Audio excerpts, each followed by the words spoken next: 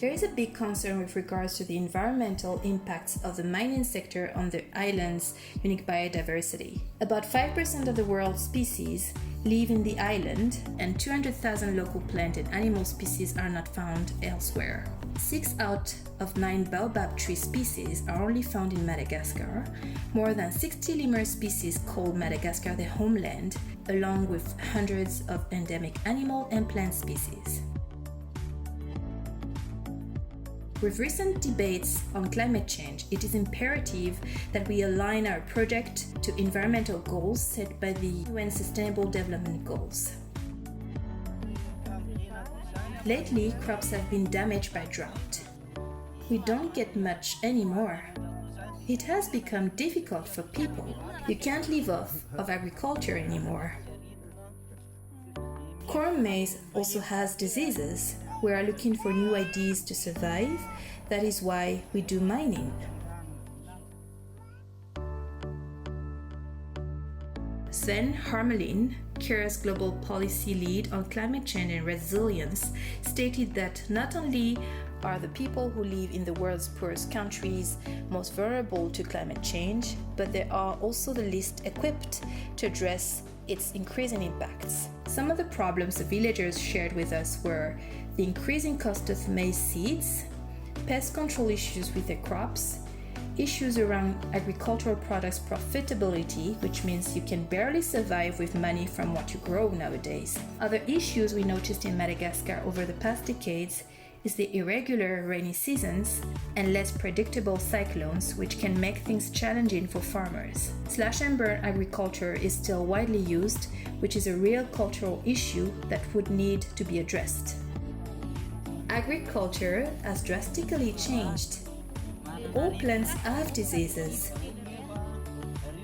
but planting rice, cassava, and maize used to be our means of subsistence. Since the appearance of those diseases, country people have started to struggle.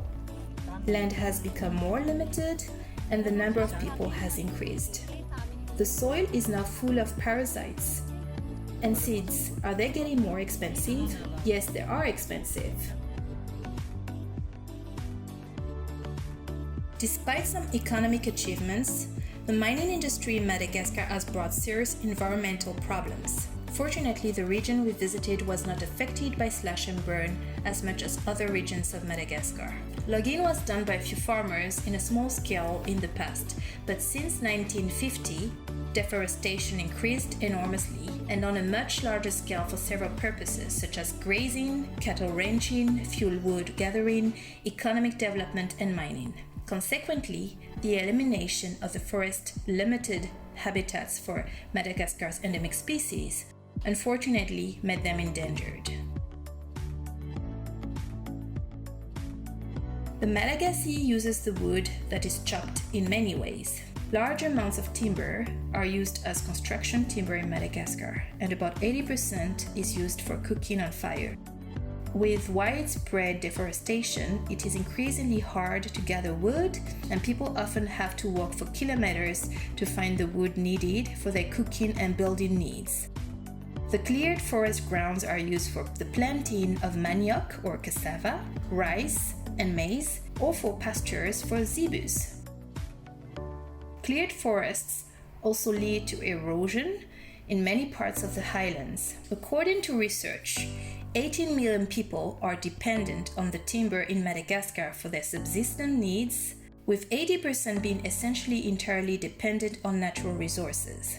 At least 70% of the population is dependent on resources derived from agriculture and other vegetation as a source of medicinal plants and attracting ecotourists.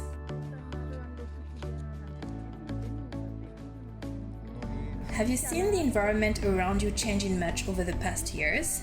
Were there more forests here? Was it always like this? In the past? There used to be lush rainforests, really natural ones. Through all the governments that have succeeded over the years, people have cut trees to turn them into coal, which lead to rivers drying as well. And another change, slash and burn practices have stopped.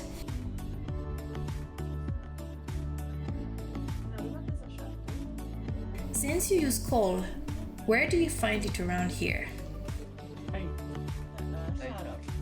We burn firewood to get coal from it. There are people making them around here. Do you buy it? Yes, we do. For example, how much is it? The firewood? We just take it.